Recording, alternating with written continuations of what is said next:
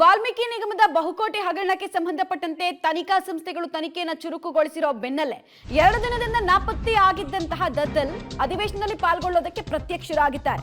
ಇದೇ ವೇಳೆ ಸಿಎಂರನ್ನ ಭೇಟಿಯಾಗಿದ್ದಾರೆ ಶಾಸಕ ದದ್ದಲ್. ವಿಧಾನಸೌಧದ ಸಿಎಂ ಕೊಠಡಿಯಲ್ಲಿ ನಿಗಮದ ಅಧ್ಯಕ್ಷ ಹಾಗೂ ರಾಯಚೂರು ಗ್ರಾಮೀಣ ಭಾಗದ ಶಾಸಕ ಬಸನಗೌಡ ದದ್ದಲ್ ಭೇಟಿಯಾಗಿ ಮಾತುಕತೆಯನ್ನ ನಡೆಸಿದ್ದಾರೆ. ಸಿಎಂ ಜೊತೆಗೆ ವಾಲ್ಮೀಕಿ ನಿಗಮ ಪ್ರಕರಣಕ್ಕೆ ಕುರಿತಂತೆ ಹಲವು ಮಾಹಿತಿಗಳನ್ನು ಹಂಚಿಕೊಂಡಿದ್ದಾರೆ. ನಾನೇನು ತಪ್ಪು ಮಾಡಿಲ್ಲ ಅಂತ ಸಿಎಂಗೆ ಬಸನಗೌಡ ದದ್ದಲ್ ಹೇಳೋ ಪ್ರಯತ್ನವನ್ನು ಮಾಡಿದ್ರು, ಕನ್ವಿನ್ಸ್ ಮಾಡೋ ಪ್ರಯತ್ನವನ್ನ ಕೂಡ ಮಾಡಿದ್ರು ಅನ್ನೋದು ತಿಳಿದು ಬರ್ತಾ ಇದೆ. ನಾಪತ್ತೆ ಆಗಿದ್ರಲ್ಲ 2 ದಿನದಿಂದ, ಯಾಕೆ ನೋಟಿಸ್ ಕೊಟ್ರ, ಏನ್ ಕತೆ ಅನ್ನೋ ಪ್ರಶ್ನೆಗೆ ಆರಂಭದಲ್ಲಿ ಉತ್ತರ ಕೊಡೋದಕ್ಕೆ ನಿರಾಕರಿಸಿದ್ರು. ನಂತರ ಬಹಳಷ್ಟು ಒತ್ತಾಯವನ್ನ ಮಾಡಿದಾಗ ನಂದೇನು ಪಾತ್ರ ಇಲ್ಲ, ಅಧಿವೇಶನದಲ್ಲಿ ಪಾಲ್ಗೊಳ್ಳೋದಕ್ಕೆ ಬಂದಿದ್ದೀನಿ ಅಂತ ಹೇಳಿದ್ರು, ನಾನೇನು ತಪ್ಪು ಮಾಡಿಲ್ಲ, ನಂತರ ಮಾತಾಡ್ತೀನಿ, ನನ್ಗೆ ಯಾವುದು ನೋಟಿಸ್ ಕೂಡ ಇಲ್ಲಿ ತನಕ ಸಿಕ್ಕಿಲ್ಲ ಅಂತ ಕೂಡ ರಿಯಾಕ್ಷನ್ ಕೊಟ್ರು. ಇದಾದ ಬೆನ್ನಲ್ಲೇ ನೇರವಾಗಿ ಸಿಎಂ ಕೊಠಡಿಗೆ ಹೋಗಿ ಮುಖ್ಯಮಂತ್ರಿಯನ್ನ ಭೇಟಿಯಾಗೋದ್ರ ಮೂಲಕ ತನ್ನ ಪಾತ್ರ ಇಡೀ ಹಗರಣಕ್ಕೆ ಸಂಬಂಧಪಟ್ಟಂತೆ ಇಲ್ಲ ಅಂತ ಹೇಳಿದ್ರು. ಬಟ್ ಅವರ ಬಾಡಿ ಲ್ಯಾಂಗ್ವೇಜ್ ಬೇರೆನೆ ಸೂಚಿಸ್ತಾ ಇತ್ತು. ಲಾಸ್ಟ್ 2 ಡೇಸ್ ಇಂದ ಕೂಡ ಅಜ್ಞಾತವಾಸದಲ್ಲಿ ಇದ್ರು, ಇಡಿ ವಿಚಾರಣೆಗೆ ಹಾಜರಾಗ್ತಾ ಇಲ್ಲ ಅಂತ ಹೇಳಿದ ಪ್ರಶ್ನೆಗಳಿಗೂ ಕೂಡ ಉತ್ತರವನ್ನು ಕೊಟ್ಟಿದ್ದಾರೆ. ಇಡಿ ಬಂಧನದಿಂದ ಬಚಾವ್ ಆಗೋದಕ್ಕೆ ಸೇಫ್ ಗೇಮ್ ಆಡೋದಕ್ಕೂ ಕೂಡ ರಾಯಚೂರು ಗ್ರಾಮೀಣ ಭಾಗದ ಶಾಸಕ ದದ್ದಲ್ ಮುಂದಾದ್ರ ಅನ್ನೋ ಪ್ರಶ್ನೆ. ಕಾರಣ ಇಷ್ಟಿನ ನಾಪತ್ತೆ, ಅಧಿವೇಶನ ಆರಂಭದ ದಿನವೇ ದದ್ದಲ್ ಪ್ರತ್ಯಕ್ಷರಾಗಿದ್ದಾರೆ. ಅಧಿವೇಶನ ಸಂದರ್ಭದಲ್ಲಿ ಶಾಸಕರ ಬಂಧನಕ್ಕೆ ಸ್ಪೀಕರ್ ಅನುಮತಿ ಪಡ್ಕೊಳ್ಳೋದು ಅಗತ್ಯ. ಅಧಿವೇಶನ ಹಿನ್ನೆಲೆಯಲ್ಲಿ ಸುರಕ್ಷಿತ ನಡೆಯನ್ನ ಬಸನಗೌಡ ದದ್ದಲ್ ಇಟ್ರ, ಹಾಗಾದ್ರೆ ಇದು ಅವರನ್ನ ಸೇಫ್ ಮಾಡುತ್ತಾ ಅನ್ನೋದು ಪ್ರಶ್ನೆ. ಅಧಿವೇಶನ ನಡಿಬೇಕಾದ್ರೆ ಸದನದ ಒಳಗೆ ಶಾಸಕರನ್ನ ದಸ್ತಗಿರಿ ಮಾಡುವಂತೆ ಇಲ್ಲ. ಇವರನ್ನ ಅರೆಸ್ಟ್ ಮಾಡಬೇಕು ಅಥವಾ ವಶಕ್ಕೆ ಪಡಿಬೇಕು ಅಂತ ಹೇಳಿದ್ರೆ ಸ್ಪೀಕರ್ ಕಡೆಯಿಂದಲೇ ಅನುಮತಿಯನ್ನ ಪಡಿಬೇಕಾಗತ್ತೆ. ಇದು ಪ್ರತಿ ಶಾಸಕರು ಸಂಸದರಿಗೂ ಸಿಗುವಂತಹ ಒಂದು ವಿನಾಯಿತಿ. ಹೀಗಾಗಿ ಇದನ್ನೇ ತಮ್ಮ ರಕ್ಷಾ ಕವಚವಾಗಿ ಬಳಸಿಕೊಳ್ಳೋದಕ್ಕೆ ಬಸನಗೌಡ ದದ್ದಲ್ ಮುಂದಾದ್ರ ಅನ್ನೋದು ಪ್ರಶ್ನೆ. ಇದೇ ಕಾರಣಕ್ಕೆ ಅಜ್ಞಾತವಾಸದಿಂದ ಹೊರಗೆ ಬಂದ್ರ ಅನ್ನೋದು ಕೂಡ ಇಲ್ಲಿ ಕುತೂಹಲಕ್ಕೆ ಕಾರಣ ಆಗ್ತಾ ಇದೆ. ಹಲವು ಪ್ರಶ್ನೆಗಳನ್ನ ಕೇಳಿದ್ರು ಕೂಡ 3 ಲೈನ್ನ ಉತ್ತರವನ್ನ ಕೊಡೋದ್ರ ಮೂಲಕ ಅಲ್ಲಿಂದ ಕಾಲ್ಕಿಳೋ ಕೆಲಸವನ್ನ ಕೂಡ ಮಾಡಿದ್ರು. ನಿಗಮದ ಅಧ್ಯಕ್ಷರಾಗಿ ಹಗರಣ ಆಚೆ ಬಂದ ಬಳಿಕ ಕೂಡ ಮುಂದುವರಿಯೋದಕ್ಕೆ ಧೈರ್ಯ ಇದೆ, ಬಟ್ ಜನರ ಮುಂದೆ ಯಾಕೆ ಬರೋದಕ್ಕೆ ಧೈರ್ಯ ಇಲ್ಲ ಅನ್ನೋ ಪ್ರಶ್ನೆ ಇತ್ತು. ವಾಲ್ಮೀಕಿ ನಿಗಮದ ಬಹುಕೋಟಿ ಹಗರಣಕ್ಕೆ ಸಂಬಂಧಪಟ್ಟಂತೆ ಇನ್ನು 10 ದಿನಗಳ ಕಾಲ ಶಾಸಕ ದದ್ದಲ್ ಅರೆಸ್ಟ್ ಆಗೋದು ಸಾಧ್ಯತೆ ಬಹುತೇಕ ಕ್ಷೀಣಿಸಿದೆ.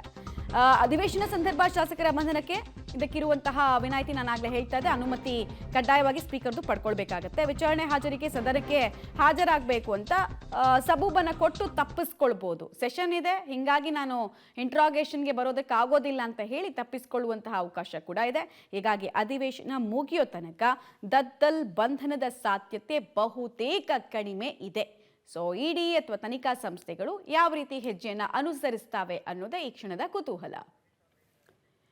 ಡೀಟೇಲ್ಸ್ ಕೊಡ್ತಾರೆ ರವೀಶ್, ನೇರ ಸಂಪರ್ಕದಲ್ಲಿ ಜಾಯ್ನ್ ಆಗ್ತಾರೆ. ರವೀಶ್, ಬಸನಗೌಡ ದದ್ದಲ್ ಈ ಅಧಿವೇಶನವನ್ನೇ ರಕ್ಷಾ ಕವಚವಾಗಿ ಬಳಸ್ಕೊಳ್ಳೋದಕ್ಕೆ ಮುಂದಾಗ್ತಾ ಇದಾರಲ್ಲ, ಸೊ ಇದನ್ನ ತನಿಖಾ ಸಂಸ್ಥೆಗಳು ಹೇಗೆ ನೋಡುತ್ತೆ ಅನ್ನೋ ಕುತೂಹಲ. ಇನ್ನೊಂದು ಕಡೆಗೆ ರಾಜಕೀಯವಾಗಿ ಕೂಡ ಚಾಣಾಕ್ಷ ನಡೆಯನ್ನ ಇಟ್ರ ದದ್ದಲ್ ಅನ್ನೋ ಕುತೂಹಲ ಕೂಡ ಇದೆ. ಮಮತಾ, ಪ್ರಮುಖವಾಗಿರ್ತಕ್ಕಂಥದ್ದು ವಿಧಾನಸಭೆಯ ನಡಾವಳಿ ಪ್ರಕಾರ ಅರೆಸ್ಟ್ ಮಾಡಬೇಕಾದ್ರೆ ಸ್ಪೀಕರ್ ಅವರ ಅನುಮತಿಯನ್ನೇ ಪಡಿಬೇಕು ಅಂತೇನಿಲ್ಲ. ಆದರೆ ಸದನದ ಒಳಗಡೆ ಇರಬೇಕಾದ್ರೆ ಅವರನ್ನು ಬಂಧಿಸುವಂತಿಲ್ಲ, ಮತ್ತು ವಿಧಾನಸೌಧ ಸರೌಂಡಿಂಗ್ ಇರಬೇಕಾದ್ರೆ ಅವರನ್ನು ಬಂಧಿಸುವಂತಿಲ್ಲ. ಆದರೆ ಸ್ಪೀಕರ್ ಅವರಿಗೆ ಬಂಧನ ಮಾಡಿದ ಬಳಿಕ ಅವರಿಗೆ ಮಾಹಿತಿಯನ್ನು ಕೊಡಬೇಕು ಅನ್ನೋದು ಮಾತ್ರ ಆ ಒಂದು ನಿಯಮಾವಳಿಗಳಿರ್ತಕ್ಕಂಥದ್ದು, ಆ ಒಂದು ರೂಲ್ ಬುಕ್ಕಲ್ಲೂ ಕೂಡ ಇದೆ. ಹಾಗಾಗಿ ಒಂದು ವೇಳೆ ಏನಾದರೂ ಇಡಿ ಅವರಾಗಲಿ SIT ಅವರಾಗಲಿ ಅವರ ವಿಚಾರಣೆ ಕರೆದುಕೊಂಡು ಹೋದಂಥ ಸಂದರ್ಭದಲ್ಲಿ ಅಲ್ಲಿ ಅವರನ್ನು ವಶಕ್ಕೆ ಅಥವಾ ಬಂಧನ ಮಾಡುವಂಥ ಒಂದು ಅವಶ್ಯಕತೆ ಬಿದ್ದಂಥ ಸಂದರ್ಭದಲ್ಲಿ ಅದನ್ನು ಸ್ಪೀಕರ್ ಅವರಿಗೆ, ಅಂದರೆ ನಾವು ಆ ಒಂದು ಶಾಸಕರನ್ನ ಈ ಒಂದು ಪ್ರಕರಣದಲ್ಲಿ ಬಂಧಿಸ್ತಾ ಇದ್ದೇವೆ ಅನ್ನೋ ಮಾಹಿತಿಯನ್ನು ಕೂಡ ಕೊಡಬಹುದಾಗಿದೆ. ಹಾಗಾಗಿ ಆ ಮಾಹಿತಿಯನ್ನು ಕೊಟ್ಟ ಬಳಿಕ ಸ್ಪೀಕರ್ ಅವರು ಅದನ್ನು ಆ ಕಲಾಪ ಏನಾದರೂ ಆ ಸಂದರ್ಭದಲ್ಲಿ ಇದ್ದರೆ ಅದನ್ನು ಕಲಾಪದಲ್ಲೇ ಓದಿ ಹೇಳ್ತಾರೆ. ಅಂದರೆ ಈ ಕಾರಣಕ್ಕೋಸ್ಕರವಾಗಿ ಈ ತನಿಖಾ ಸಂಸ್ಥೆ ಇವರನ್ನ ಬಂಧಿಸಿದೆ ಅಂತಲೂ ಕೂಡ ಹೇಳ್ಬೋದು. ಒಂದು ವೇಳೆ ಕಲಾಪ ಇಲ್ಲ, ಅದು ನಾಳೆಗೆ ಮುಂದೂಡಿಕೆ ಆಗಿದ್ದಂಥ ಸಂದರ್ಭದಲ್ಲಿ ನಾಳೆ ಮತ್ತೆ ಆ ಒಂದು ಕಲಾಪ ಆರಂಭವಾದಂಥ ಸಂದರ್ಭದಲ್ಲಿ ಕೂಡ ಸ್ಪೀಕರ್ ಅವರು ಅದನ್ನು ಓದಿ ಹೇಳ್ಬೋದು. ಹಾಗಾಗಿ ಎಲ್ಲೋ ಒಂದು ಕಡೆ ದದ್ದಲ್ ಅವರು ಹೇಳೋ ಪ್ರಕಾರ, ಯಾಕೆಂದರೆ SIT ಮತ್ತು ಇಡಿ ನನಗೆ ಮತ್ತೆ ಬರೋದಕ್ಕೆ ನೋಟಿಸನ್ನು ಕೊಟ್ಟಿಲ್ಲ ಅನ್ನೋ ಮಾತುಗಳನ್ನು ಹೇಳೋದ್ರ ಪ್ರಕಾರ ಅವರಿಗೆ ಇಲ್ಲಿ ತನಕ ಬಂದಿಲ್ಲ ಅಂತ ಹೇಳಲಾಗ್ತದೆ. ಒಂದು ವೇಳೆ ಅವರು ಈ ವಿಧಾನಸಭೆ ಅಧಿವೇಶನ ಇದೆ, ಆ ಕಾರಣಕ್ಕೋಸ್ಕರ ನಾನು ವಿಚಾರಣೆಗೆ ಬರೋದಕ್ಕೆ ಆಗೋದಿಲ್ಲ ಅನ್ನೋ ಒಂದು ಶೆಲ್ಟರ್ನ ತೆಗೆದುಕೊಳ್ಬಹುದೇ ಹೊರತು ಎಲ್ಲ ಒಂದ್ ಕಡೆ ಇಡೀ ಬಂಧನದಿಂದಲೇ ಆ ಒಂದು ಶೆಲ್ಟರ್ನ ತೆಗೆದುಕೊಳ್ಳೋದಕ್ಕೆ ಬರೋದಿಲ್ಲ ಅನ್ನೋ ಮಾತುಗಳು ಕೂಡ ಇರ್ತಕ್ಕಂಥದ್ದು. ಹಾಗಾಗಿ ಬೆಳಿಗ್ಗೆ ಈಗಾಗಲೇ ಆರಂಭ ಆಗಿದೆ. ದದ್ದಲ್ ಅವರು ಕೂಡ ವಿಧಾನಸಭೆ ಸಭಾಂಗಣದಲ್ಲಿ ಕುಳಿತಿದ್ದಾರೆ. ಅವ್ರ ಪಕ್ಕ ಚಿಕ್ಕಮಾದನು ಕೂಡ ಆ ಒಂದು ಶಾಸಕರು ಕೂಡ ಇದ್ದಾರೆ.